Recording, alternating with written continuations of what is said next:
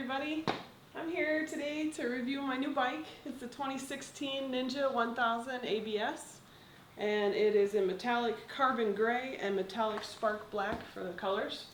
It also comes in the candy fire red metallic spark black version, but I like this one. It's pretty cool because the paint has this kind of sparkle to it. I just got this bike, don't even have 100 miles on it yet, and so far I'm completely in love with it. It's my first liter bike. Before that, I rode an NC 700X and a Honda CBR 500R. The bike's pretty awesome, handles very well. It has a 4-stroke, 4-cylinder dual overhead cam, 16-valve liquid-cooled engine. It's 1,034 cc's. Oh, sorry, 1,043 cc's. And it has the ABS, traction control, and adjustable suspension on the rear. So far, everything about the bike has been awesome. It handles corners very well, has a good grip, tight control. It has 2 power modes, low power and full power.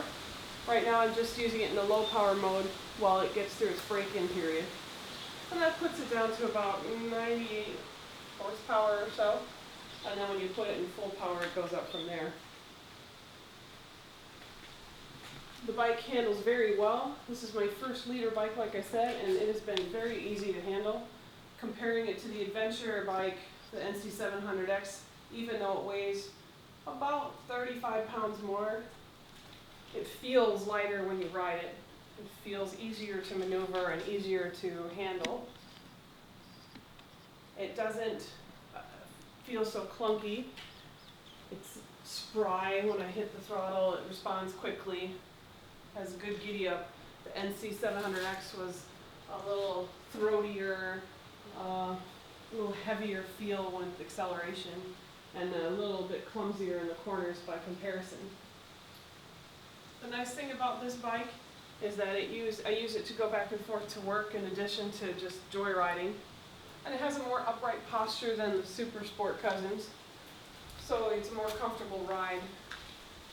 It has an adjustable windscreen that has 3 different settings, so you can get maximum wind protection, or you can leave it in the more sporty thrown back version, which of course I like, because that's just who I am. As my first liter bike, I found it was really comfortable for me. I didn't feel overwhelmed or overpowered at any time. I don't feel like the throttle is so touchy, at least in the low power mode, that I feel uncomfortable. It's very comfortable to ride. It weighs total about 509 wet, and that feels real easy for me to move around. I don't have trouble handling the bike at all. I can't compare it to its cousin, the Gixxer, because I haven't ridden that yet, but from the reviews I've read, they're pretty similar. I think they're so close in comparison, I think it comes down to a preference. So far, everything's been great. The brakes are responsive, they're not touchy, the throttle is comfortable, the exhaust sounds awesome. We start it up here for you. Find the keys.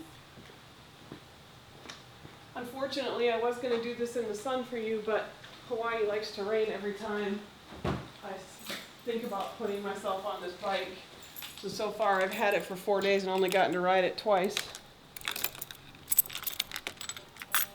So there's your gauges. There's a fuel gauge, of course your shift indicator, your odometer, and you have there's where you can change your modes.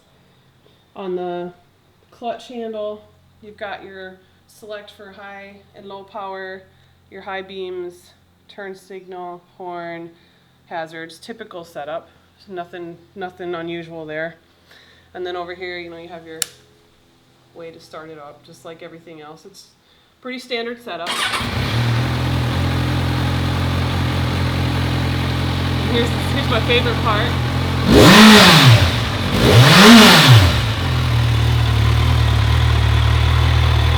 I like the tail light. I think it's pretty cool. I mean,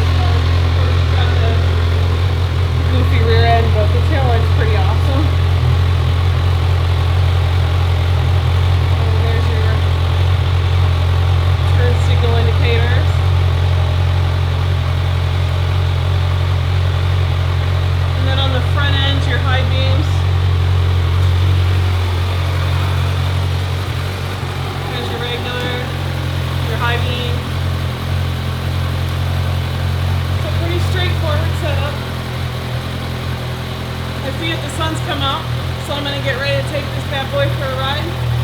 But if I were to recommend a first-time leader bike, I definitely would recommend this one. It's very comfortable, a good break-in bike for your first foray into the big boy bikes. And I have absolutely nothing but love for it. And every day I can't wait to get on it and go for a spin. I hope this helps you. I'm not an expert rider by any stretch, so I can't give you too much about how tight you can take the corners, but I can tell you it's very easy to maneuver and a very good starter leader bike. I think it helps definitely to have experience on the smaller bikes first, because you really need to be comfortable with handling and basic driving skills. I think it's a much safer way to go about it. Well, I hope you guys enjoyed the review. We'll give you a more in-depth view at another time with Ben's Viewfinder. He does some bike reviews and he'll take it for a spin later and give you some pointers and a little more details. But just for a quick once over, it's a great bike. Love it. Worth every penny. Can't wait to get on it every day. And it's so far the favorite bike I've ever ridden. So y'all enjoy.